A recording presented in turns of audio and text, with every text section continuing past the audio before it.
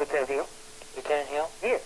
My name is Jeff Meek. I'm from Illinois and just visiting here in Dallas. And Uh-huh. I was wondering if I could speak with you for a few moments concerning President Kennedy's assassination. I don't see why not.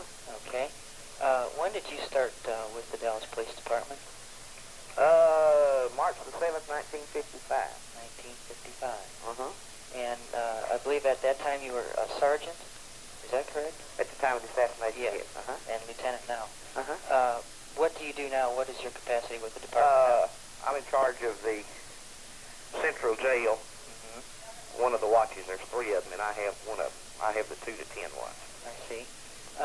What were you assigned to on the day of President Kennedy's assassination? Assigned to personnel. Personnel, and what does that involve? That was internal affairs complaints and background checks of applicants.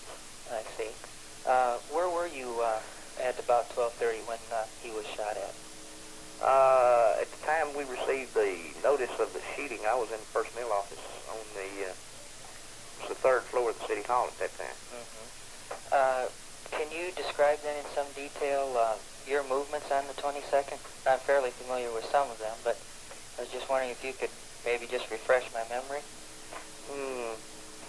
What did you do first of all after you heard the... Well, when one of the ladies from the dispatcher's office came into our office and told us that he had been shot. I see. We did not have a monitor of the police radio in our office. Mm-hmm. So the press room was down at the other end of the hall, and I knew if it were true that the dispatcher's office would be utter chaos. Right.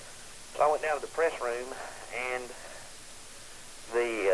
one of the first radio broadcasts I heard after getting there was from an Inspector Herbert Sawyer, who made the statement, "We think we have the spot located where the shots were fired from. Send us some help at Elm and Houston Street." And so I went back to my office, told my captain that there had been a shooting and they were requesting additional officers at Elm and Houston, and he said go.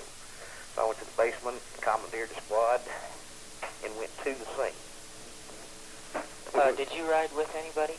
Yeah, I rode down with a guy named Valentine, and we had run into the Dallas News police reporter in the basement and carried him with us. I see. His name was Jim Ewell. Jim Ewell. Yeah. Okay. And I might add, he's still with the Dallas News.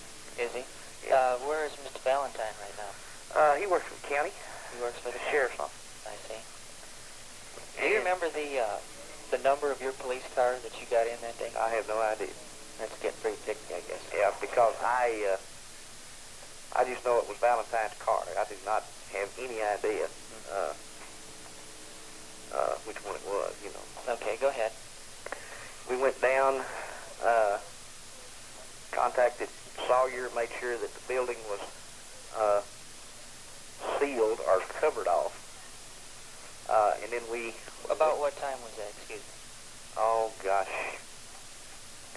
That's coming off the top of my head, too. It's going to be somewhere before 1. Mm-hmm. And Roy Westfall and I and an unknown, and I wouldn't know it, saved my life without going back and maybe even reading some of my testimony from the Warren Commission. I'm not even sure I put it in there. A guy named Westfall and I and a uniform officer and 2 deputy sheriffs. One was named Mooney, and I don't remember what the other one's name was. Went to the top floor and started a search down through the building. Were those other officers Weissman or Boone?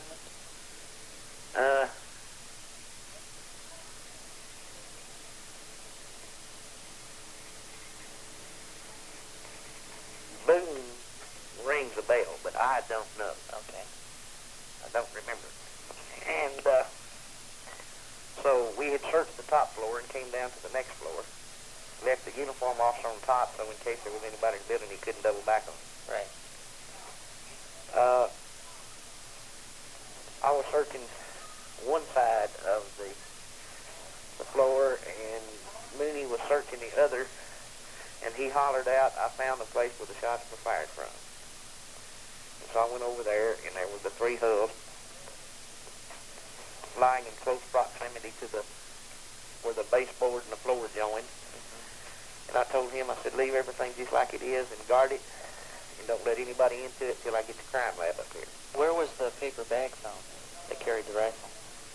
It was found at a different place later. Do you remember We did where? not find that. I was not there when the rifle was found. All we found was the hub. As far as you know, where was the bag found? On a different floor? Or? No, it was on the same floor, and the rifle was on the same floor. But we did not find the rifle at that time. It wasn't found for another hour or so, I don't think. I see. So then I went back to the street to get the crime lab, to come up and take their pictures and fingerprints and all this kind of stuff. And while I was there, the call came out on Tippit.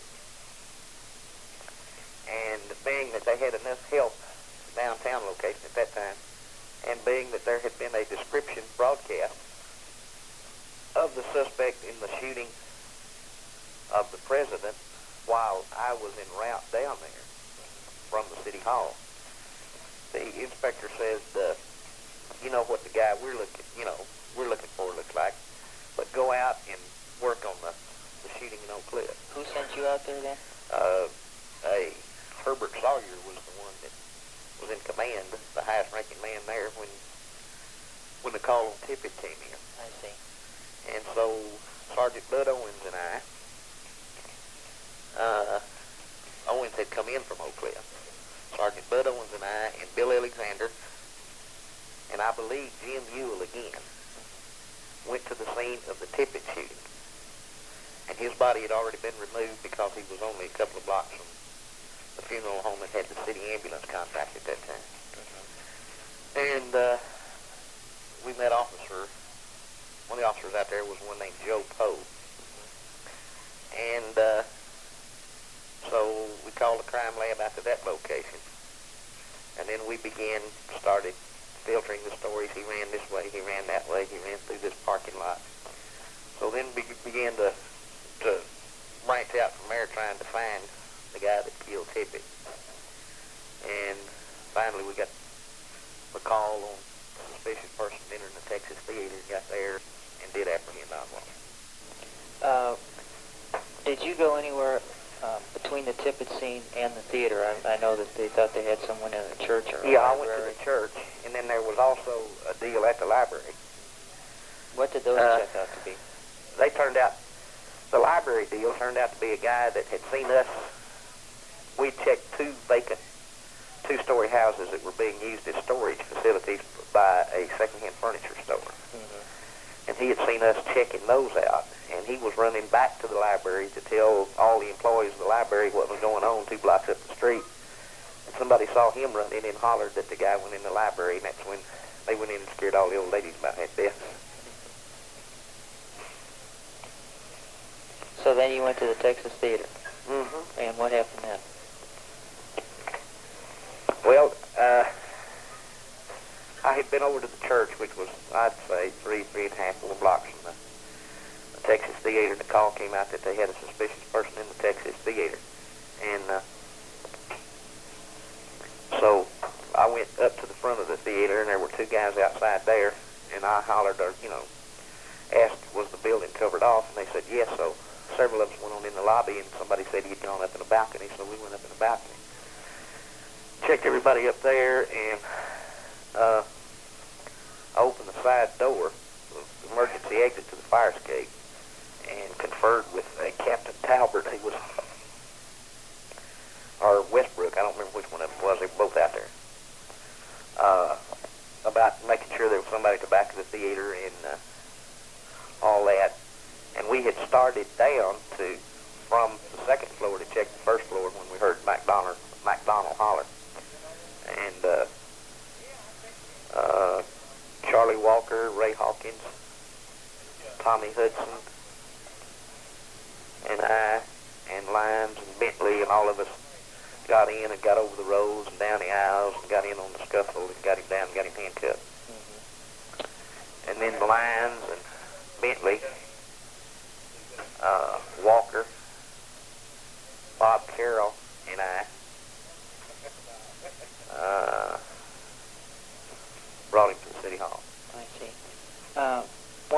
I've always had is I was wondering why an FBI agent was there at the theater. Do you have any reasoning on that? He had been riding with my captain, or who was Westbrook, and who had come out of the personnel office. You know, he came on.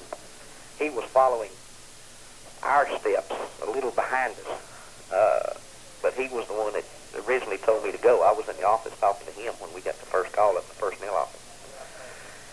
And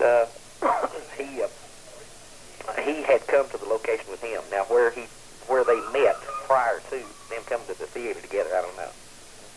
But they were together at the theater. How many police officers would you say there were at the theater?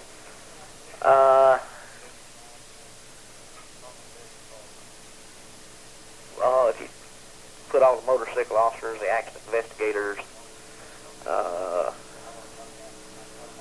polygraph examiner, and that's what Paul Bentley was, I'd say probably 12, 15. How come so many? Well, by then, the word was out on the radio about Tippett, and everybody was migrating into the neighborhood, and as we added locations, they kept dispatching more units over in our vicinity. So when the call came out on the theater, the area was pretty well saturated with police units. Did you ever speak with Johnny Kelvin Brewer? If I did, I don't remember it. You know, I spoke with a lot of people that day about he went this way, he ran that way, but I didn't stop to get any names and all. Did you know J.D. Tippett? Yes, I did. How long had you known him? Well, prior to, back in, I guess it was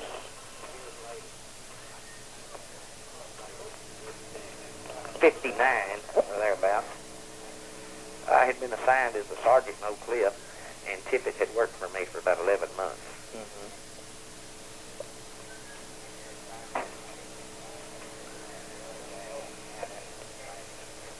I understand that you also knew Jack Ruby.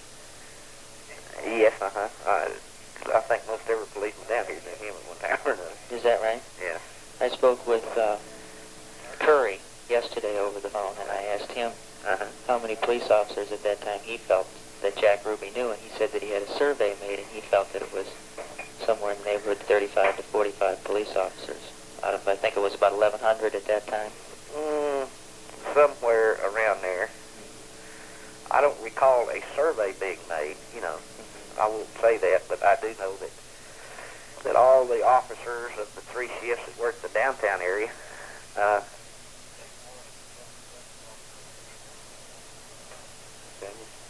him to sit there and wait a minute. Let's see, of course, all the vice squad officers would have known him, and all the liquor board officers would have known him. All the officers and the supervisors that were assigned to the downtown station,